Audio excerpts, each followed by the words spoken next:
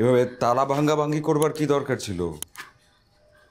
আমাকে বললেই হতো, চাবি আমার কাছে ছিল, চাবিটা দিয়ে দিতাম। তাহলে খুলে দে, আলবিকে খুঁজতে যেতে হবে নাকি?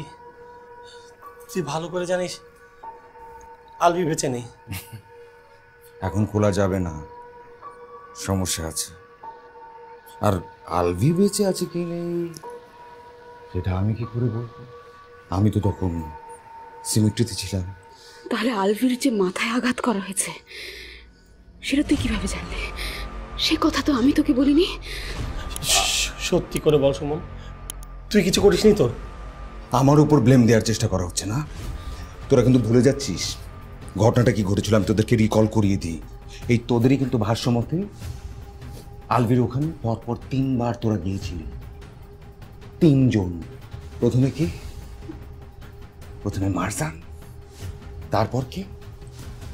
তারপর এশা, আর সবশেষে জোসেফ।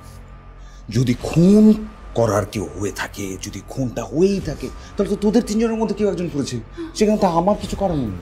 অথবা আলবিকে খুন করে সেই দোষ এশার উপর চাপিয়ে এরপরে এশাকে খুন করে সেই দোষে মারজানকে ফাঁসিয়ে দিয়ে একবারে পর্দার আড়ালে থাকা যায়। আর সিমেট্রির এই ছবিটা, এটা তোর পক্ষে একদিন আগে তোলা সম্ভব, সবই সম্ভব। আর আমি ড্যাম শিওর যে ছবির ডিটেলটা যদি চেক করা যায় না, সেটাতে আজকের তারিখ হবে না।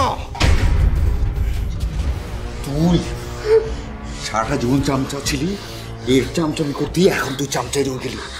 এবার একটা সুযোগ ছিল, সামনের দিকে আগাতে পারতি, আগালি না। কিচ্ছু হবে না তোর। বলদ একটা বলদ। কি হতো? কিছু হতো? আলবি খুন হয়েছিল, ফাঁসতো এ, জেল খাটতো এ, তুই ও আমি, আমরা 3 জন সুন্দর মতো বাসায় চলে যেতাম, সুন্দর মতো ঘুমাতাম। সেটা হলো না এখন। ভালো হয়নি যখন, এখন আর চিন্তার কিছু নেই।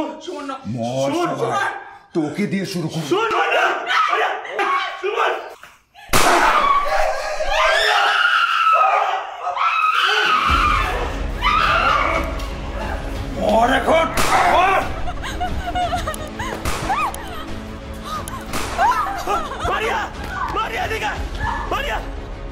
ওদেরকে কিভাবে মারবো তোর কোন ধারণা নেই।